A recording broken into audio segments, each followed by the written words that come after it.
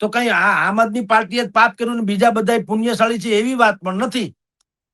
બધાય કરે છે. અહીંયા ભારતીય જનતા પાર્ટી તમે જુઓ, રાજકોટમાં અત્યારે પ્રચાર ચાલે છે, આવો ડિજિટલી પ્રચાર ને આટલા હોર્ડિંગ ને પોસ્ટર ને લાઇટિંગ વાળા ને તમે ક્યારેય કલ્પના ન કરો, ધારાસભામાં ન હોય એવું અત્યારે ચાલી રહ્યું છે. તો એ નહીં, એમાં 18 વાંકા હવના છે ને, હું એમ કઉ છું, કોઈ દૂધે ધોયેલા નથી. પણ વિશેષ કરીને તમારી ઉપર શું કામ આંગળી ચીંધવામાં આવે? તમારી એટલે આમ આદમી ઉપર બેન, કે તમે યાર કટ્ટર ઈમાનદારની વાત કરો છો એટલે પ્રોબ્લેમ વધારે છે.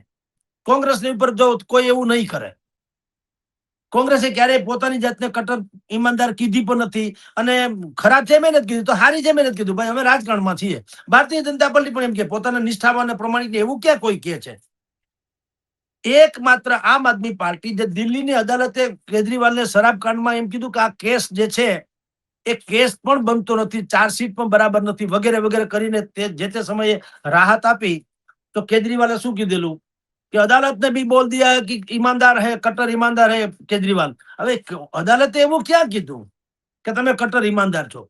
એને કીધું કેસ કરનારામાં દમ નથી, કેસને લાયક કેસ આ બન્યો નથી, જે કરવું જોઈએ નથી, એટલે ઈમાનદાર બીમાનદાર એવો સર્ટિફિકેટ નથી આપ્યો.